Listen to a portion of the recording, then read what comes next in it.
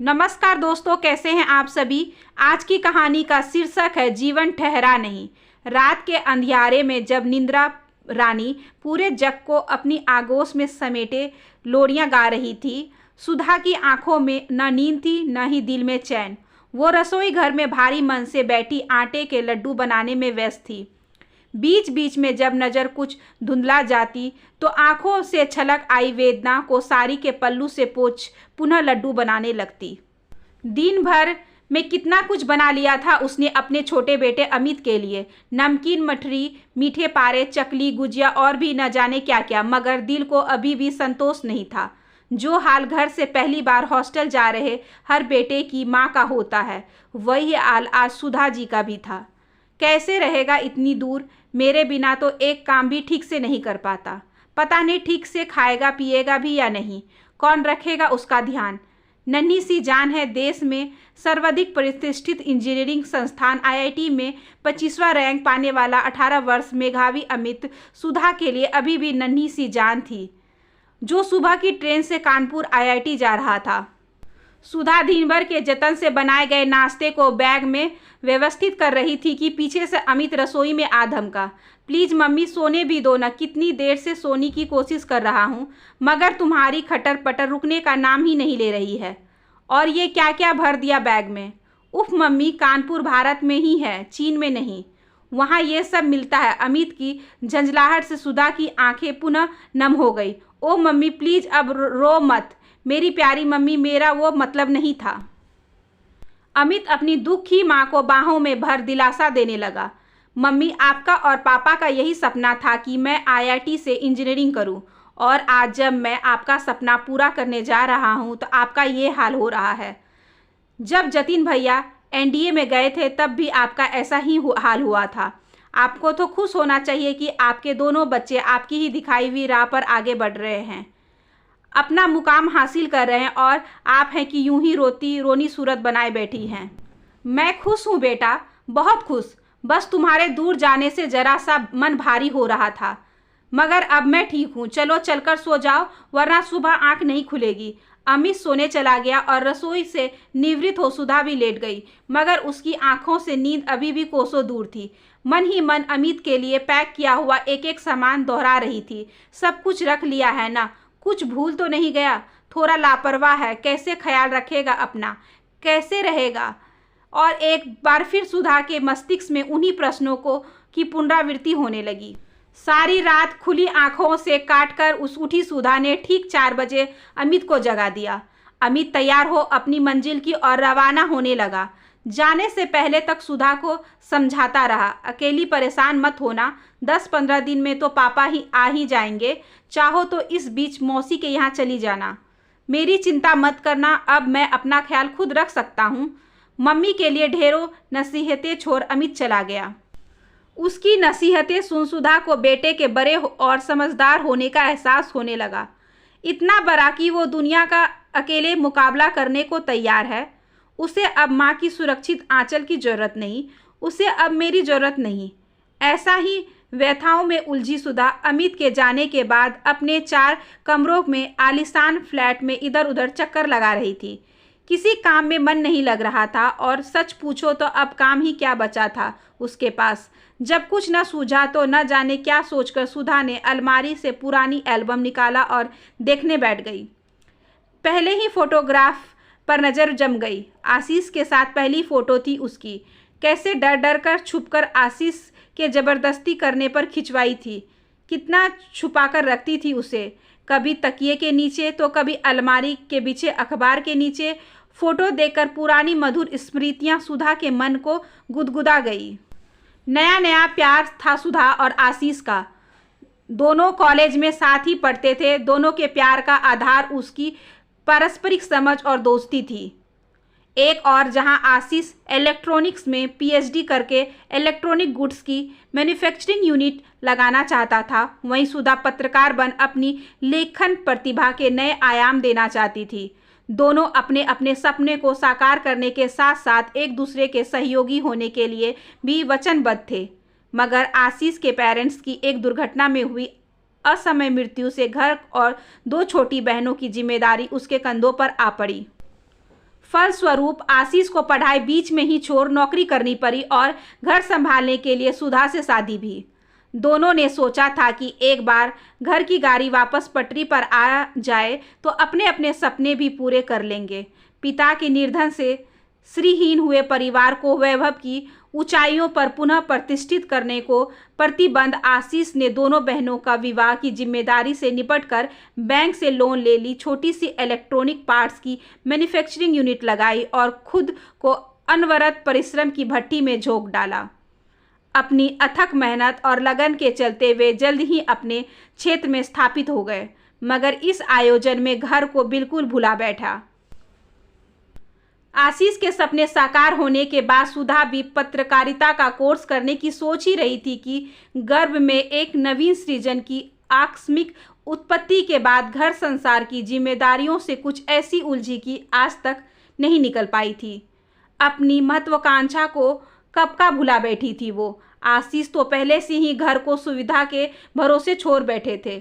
2 साल पहले बड़ा बेटा जतिन भी आर्मी में चला गया था और आज जब उसकी जीवन परिधि का अंतिम केंद्र अमित भी उसके वात्सल्य की छांव को छोड़ अपने क्षितिज की तलाश में बढ़ चला, तो नितांत अकेली खड़ी रह गई सुधा को स्वयं का अस्तित्व बिखरता सा महसूस हो रहा था, निराधार, अर्थहीन। सुधा 2 सप्ताह घर में अकेली रही, कहीं आने जाने का मन ही नहीं किया। अभी अपने अतीत के पन्ने पलटती तो कभी अपने 23 साल के लंबे वैवाहिक जीवन की समीक्षा करने लग जाती। आज अचानक ही खाली बैठी सुधा की नज़रों के सामने वो लम्हे तैरने लगे जब दिन के 24 घंटे भी उसके काम को निपटाने के लिए कम हुआ करते थे। सुधा सुधा, मम्मी मम्मी, घर में पल पल गूंजती पुकारे। उफ, अभी आई, कुछ काम तो खुद से किया करो, सुधा झल्ला कर कहती। आशीष तो एक रुमाल भी खुद से नहीं ले सकते थे और बच्चे जब देखो उसके पल्लू से चिपके रहते। कितना थक जाती थी सुधा उस वक्त। सोचा करती थी न जाने कब मुक्ति मिलेगी मुझे इन जिम्मेदारियों से, और आज जब सच में उसे मुक्ति मिली तो वो अपने बच्चों के बीच मोस्ट वांटेड होने का एहसास को मिस कर रही थी। आशीष के साथ तो तसल्ली से बैठ 2 बातें करने को वो तरस गई थी। लगता था जैसे उनके ढीले पड़ चुके प्रेम सूत्र मात्र औपचारिकता पर ही टिके थे। कुछ ही दिनों में कितना बड़ा शून्य उभर आया था सुधा के जीवन में। क्या क्या सोचने लगी थी वो। सभी ने अपनी अपनी डगर ले ली, किसी को मेरी जरूरत ही नहीं। कैसे ढोऊंगी इस उद्देश्यहीन जीवन का भार। अपनी मनोव्यथा को स्वयं भी नहीं समझ पा रही थी। जितना सोचती उतना ही उलझती जाती स्वयं के बनाए हुए भ्रमजाल में। आज सवेरे ही आशीष का मलेशिया से फ़ोन आया था। 2 दिन बाद वे घर वापस आ रहे थे। हर बार जब भी आशीष टूर से वापस आने की खबर देते तो घर में जैसे बाहर आ जाती, मगर इस बार ऐसा कुछ भी नहीं था। आशीष आ गए थे। सुधा खाना बना रही थी और बीच बीच में पास खड़े हुए आशीष को उनकी अनुपस्थिति में हुए क्रियाकलापों की जानकारी दे रही थी। खाना खाकर आशीष बैठक में बैठ गए और सुधा के पास आकर बैठने का इंतजार करने लगे, मगर सुधा थी कि कोई न कोई काम निकालकर अपनी व्यस्तता जाहिर कर ही रही थी। वो आशीष के सानिध्य से भी कतरा रही थी। उसे डर था कि कहीं उसके भीतर का गुब्बारा बाहर निकल उसके शेष बचे खुचे सूत्रों को भी अपने साथ बहाकर न ले जाए। सुधा, थोड़ी देर यहाँ आकर बैठो ना, मुझे तुमसे कुछ ज़रूरी बात करनी है। सुनकर सुधा का मन स्वयं से बोल उठा, अपना काम छोड़कर कभी बैठे हो मेरे पास जो मैं बैठूं? मगर आशीष के विनम्र आग्रह को ठुकरा न सकी और एक नियत दूरी बनाकर बैठक में बैठ गई। कहिए। उसकी शारीरिक भाषा अभी भी काम की हड़बड़ी जता रही थी। सुधा, तुम खुश तो हो ना मेरे साथ? कोई शिकायत? आशीष ने सुधा की आंखों में झांक कर पूछा। शिकायत? सुधा को लगा जैसे उसके मन का चोर आंखों के रास्ते निकल आशीष के सामने जा खड़ा हुआ। मन किया फट पड़े और बता दे कि हाँ, शिकायतें तो बहुत है। कितनी और कौन कौन सी ये तो स्वयं भी नहीं जानती, मगर कुछ बोल ना सकी। नहीं, मुझे क्या शिकायत होने लगी भला? ये भी नहीं है कि तुम्हें बिल्कुल समय नहीं देता। तुम अपने काम में व्यस्त रहते हो, अपनी कीमती समय मेरे साथ बैठकर थोड़े ही गंवाओगे। आशीष को सुधा का कटाक्ष आहत कर गया। उसने आगे बढ़कर सुधा के हाथों को थाम लिया। सुधा, तुम्हारे साथ बिताया गया एक एक लम्हा अनमोल है मेरे लिए। कितना तरसता हूँ तुम्हारे लिए, तुम्हारे साथ के लिए, ये तुम नहीं जान सकती। मुझे इस बात का एहसास है कि मैंने अपने बिजनेस के पीछे घर और तुम्हें बिल्कुल अनदेखा कर दिया, मगर क्या करता, मैं खुद मजबूर था। मजबूर? सहसा सुधा को अपने कानों पर यकीन नहीं हुआ। हाँ सुधा, तुम तो जानती ही हो मम्मी पापा के अचानक चले जाने के बाद मुझ पर क्या गुजरी। उनके बिजनेस पार्टनर्स ने हमारा हिस्सा दबाकर हमें सड़क पर खड़ा कर दिया था। ऊपर से बहनों की जिम्मेदारियां, हमारा भविष्य, सब कुछ अंधर में था। खैर, भगवान की कृपा से धीरे धीरे सब संभल गया, पर इन कटु अनुभवों और अभावों के चलते मन में एक तरह की इनसिक्योरिटी घर में कर गई। कैसी इनसिक्योरिटी? सुधा ने उत्सुकता से पूछा। लगता था कि अगर पापा की तरह मुझे भी अचानक से कुछ हो जाए तो तुम्हारा क्या होगा, बच्चों का भविष्य कैसे बनेगा। रात दिन बस यही चिंता खाए जाती थी। इसलिए बिजनेस बढ़ाता रहा, बैंक बैलेंस बनाता रहा, मगर जब अमित का IIT में सिलेक्शन हुआ तो मैं इस इनसिक्योरिटी से उबर गया। मुझे विश्वास हो चला कि अब मेरे बच्चे इस लायक हो गए हैं कि उन्हें मेरे सहारे की, मेरे तरफ से किसी सिक्योरिटी की ज़रूरत नहीं। तो मैंने अपने बिजनेस को सीमित करने का निश्चय कर लिया। बहुत हो चुका यहाँ वहाँ भागना, रात दिन काम में पसीना।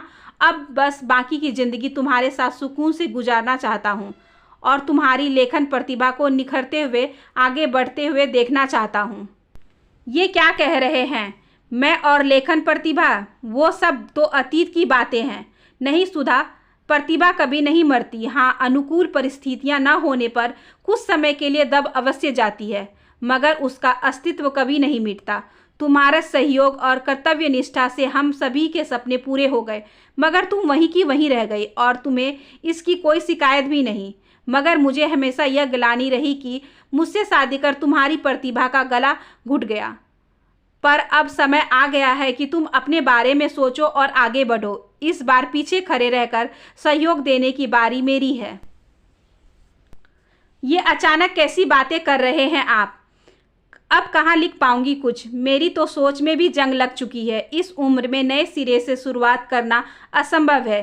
जीवन के में एक ठहराव आ चुका है। नहीं सुधा, जीवन अभी ठहरा नहीं, बस एक पड़ाव से गुजर रहा है। अभी तो बहुत रास्ते तय करने हैं, बहुत दूर जाना है, साथ साथ एक दूसरे का हाथ थामे।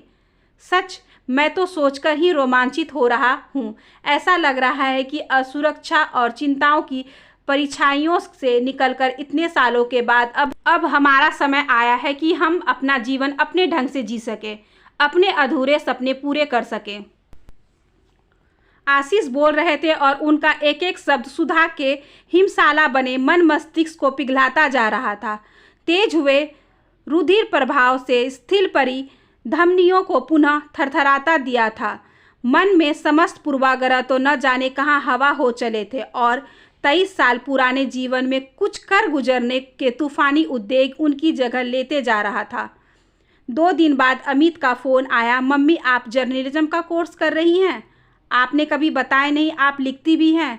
वह तो पापा ने बताया। मम्मी, कीप इट अप, मुझे आप पर गर्व है। आप अपनी हम उम्र औरतों के लिए एक मिसाल हैं।